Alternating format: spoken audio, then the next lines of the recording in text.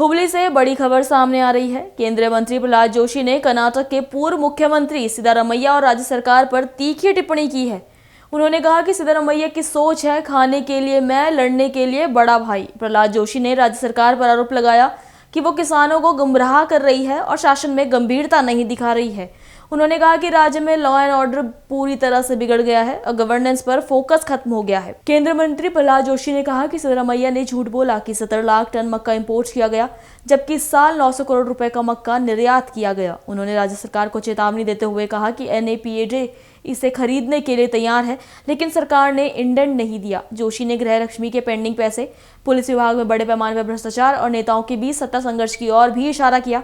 उन्होंने कहा कि MLAs को टिकट देकर ट्रांसफर किया गया, कांग्रेस ने जनता को धोखा दिया और नेता अपने नंबर 1 मैच कराने के लिए जेल और MLAs से मिल रहे हैं। जोशी ने एक बार फिर सिद्धारमैया पर निशाना साधते हुए कहा कि उनकी सोच केवल सत्ता और शोहरत तक सीमित है और वो जनता के वास्तविक हित के प्रति गंभीर नहीं है। ಈಗ ಫಸ್ಟ್ ಆಫ್ ಆಲ್ ನಾನು ಹಿಂದೂ ಸ್ಪಷ್ಟಪಡಿಸಿನಿ, ಈಗೂ ಸ್ಪಷ್ಟಪಡಿಸಿನಿ, ವಿದಿನ್ ದಿ ಸಿಟಿ ಇರುವಂಥ ಸ್ಟೇಟ್ ರಸ್ತೆಗಳು, ಕಾರ್ಪೊರೇಷನ್ ರಸ್ತೆಗಳಲ್ಲಿ ಫ್ಲೈಓವರ್ ಮಾಡುವಂಥದ್ದು ಕೆಲಸ ನಮ್ಮದಲ್ಲ. ಆ್ಯಸ್ ಎ ಸ್ಪೆಷಲ್ ಕೇಸ್ ನಾವೊಂದು 352 ಕೋಟಿ ರೂಪಾಯಿ ಗ್ರ್ಯಾಂಟ್ ಕೊಟ್ಟಿವಿ.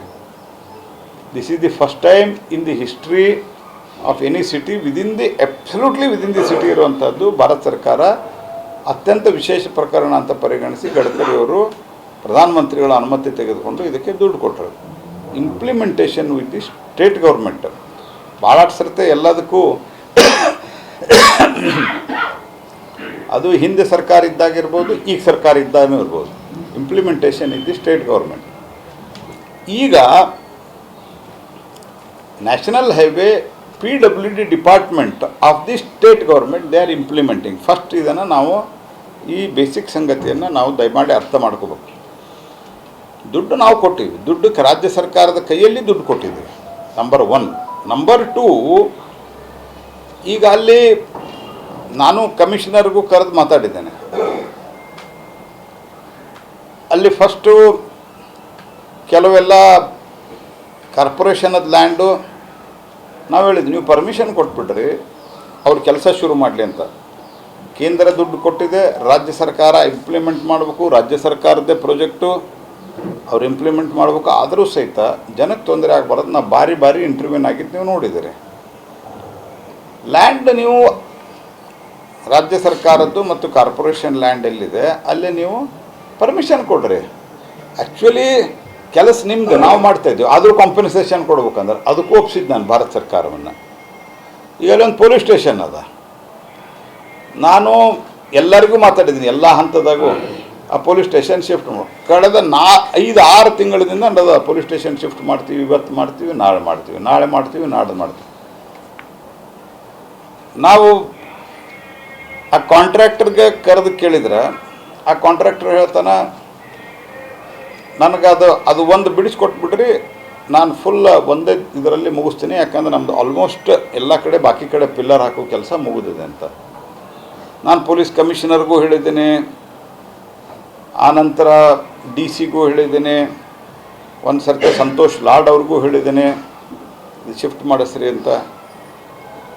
ಇದು ಎಲ್ಲರೂ ಸೇರಿ ಮಾಡಬೇಕಿದೆ. ನಾ ಯಾರ ಮೇಲೂ ನೋಡ್ರಿ, ಕಾಂಪನ್ಸೇಷನ್ ಯಾರ್ದದು? ಫಸ್ಟ್ ಆಫ್ ಆಲ್ ಕಾಂಪನ್ಸೇಷನ್ ಕೊಡಲಿಕ್ಕೆ there is a commitment by the DPRದಾಗ ಏನು ಮಾಡೀವಿ ನಾವು, ಕಮಿಟ್ಮೆಂಟ್ ಮಾಡೀವಿ. Otherwise within the city infrastructure develop ಮಾಡೋ ಕೆಲಸ ಯಾರ್ದು? ರಾಜ್ಯ ಸರ್ಕಾರದ್ದು. ನೀವು ಕಾಂಪನ್ಸೇಷನ್ ಫೈನಲ್ ಮಾಡಿ ಕೊಡಲಿಕ್ಕೆ ಟೈಮ್ ಬೇಕು. ಅಮೌಂಟ್ ಇದು ರಿಸರ್ವ್ಡ್, ಇಬ್ಬರದ್ದು ಅಗ್ರಿಮೆಂಟ್ ಆಗಿದೆ, ನಾವು ಬಿಟ್ಟು ಹೋಗಲ್ಲ ಅಂತಂದ್ರೆ ಅರ್ಥ ಏನು? ಕೇಂದ್ರ ಸರ್ಕಾರ ಓಡಿ ಹೋಗ್ತದೋ, ರಾಜ್ಯ ಸರ್ಕಾರ ಓಡಿ ಹೋಗ್ತದೋ, ಇನ್ಸ್ಟಿಟ್ಯೂಷನ್ಸ್ ವಿಲ್ ಕಂಟಿನ್ಯೂ.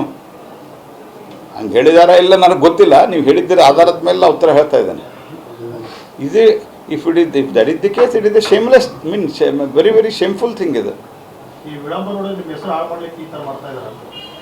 ನನ್ನ ಹೆಸರು ಹಾಳು ಮಾಡೋದು, ನಾವು ಕ್ಯಾಂಪೇನ್ ತೊಗೊಂಡು ಅಂದ್ರೆ ನಾವು ತೊಗೊಳ್ತೀವಿ campaign, because I don't want that politics should happen.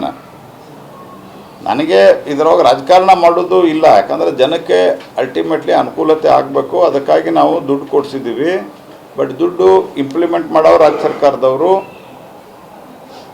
ಅದಕ್ಕೆ ಕೋಆರ್ಡಿನೇಟ್ ಮಾಡಬೇಕಾದ್ರು ಮಹಾನಗರ ಪಾಲಿಕೆಯ ಕಮಿಷನರು, ಮಹಾನಗರ ಮತ್ತು ಜಿಲ್ಲಾ ಆಡಳಿತ ಮತ್ತು ಪೊಲೀಸ್ ಆಡಳಿತ. ಸಿಂಪಲ್ ಒಂದು ಪೊಲೀಸ್ ಸ್ಟೇಷನ್ನು ಅಲ್ಲೆಲ್ಲೂ ಜಾಗ ಸಿಕ್ಕಿದೆ ಅಂತಲೂ ಹೇಳಿದರು ನನಗೆ, ಕಮಿಷನರ್ ಕರೆದು ಮಾತಾಡಿದಾಗ. ಶಿಫ್ಟ್ ಮಾಡಬೇಕಲ್ಲ. ಆ್ಯಕ್ಚುಲಿ ಮಾಡಬೇಕಾಗಿದ್ದೀವ್ರ ಹೊರಟಿಯವ್ರಿಗೆ ಹೋಗಿ ಕೇಳ್ರಿ. 35 ವರ್ಷದಿಂದ ಅವ್ರು ಅಶ್ಯೂರೆನ್ಸ್ ಕಮಿಟಿ ಚೇರ್ಮನ್ ಇದ್ದಾಗ, ಅದು ಅಶ್ಯೂರೆನ್ಸ್ ಕಮಿಟಿ ಒಳಗಿದ್ದಾಗ ಅಶ್ಯೂರ್ ಆಗಿತ್ತು. ಅದು ರಾಜ್ಯ ಸರ್ಕಾರ ಕೊಟ್ಟದ್ದು ಅಶ್ಯೂರೆನ್ಸ್. ನನಗೆ ಹೇಳಿದ್ರು ಅವ್ರು ಹೊರಟಿಯವರು, ನೋಡ್ರಿ ನಿಮ್ಗೆ ಗಡ್ಕರಿಯವ್ರಿಗೆ ದೋಸ್ತಿ ಅದ, ಒಂದು 300-400 ಕೋಟಿ ರೂಪಾಯಿ ಕೊಡಿಸ್ರಿ ಅಂತ. ಚೇಂಬರ್ ಆಫ್ ಕಾಮರ್ಸ್ದವ್ರು ಬಂದಿದ್ರು, ಎಲ್ಲ MLAಗಳು ಬಂದಿದ್ರು ನಮ್ಮ ಸರ್ಕಾರ ಬಂದ ಮೇಲೆ. ಹಿಂದಂತೂ ಯಾವುದೂ ಆಗುವ ಆಸೆ ಇರಲಿಲ್ಲ ರೀ, ಈಗ ಸ್ವಲ್ಪ ದುಡ್ಡು ಕೊಡಿಸ್ರಿ ಅಂತ. ನಾವೇನೇನೋ ಮಾಡಿ ದುಡ್ಡು ಕೊಡಿಸಿದ್ದೀವಿ, ಮಾಡೋ ಜವಾಬ್ದಾರಿ ಇವ್ರದ್ದು.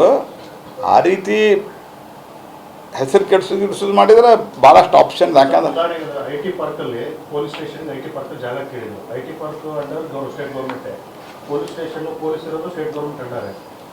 ಪೊಲೀಸರಿಗೆ ಅಲ್ಲಿ ಗಡಿ ಕೊಡಲ್ಲ ಅಂತ ಹೇಳಿದ್ರು IT ಪಾರ್ಕ್ನವರು. ಅಲ್ಲ, ಅದಕ್ಕೆ ನಿಮಗೂ ಒಂದು ವಿನಂತಿ ಇದೆ. ನೀವು ಎಲ್ಲ ಇಲ್ಲೇ ಓಡಾಡುವಂಥ ನಾಗರಿಕರು, the facts are very very clear.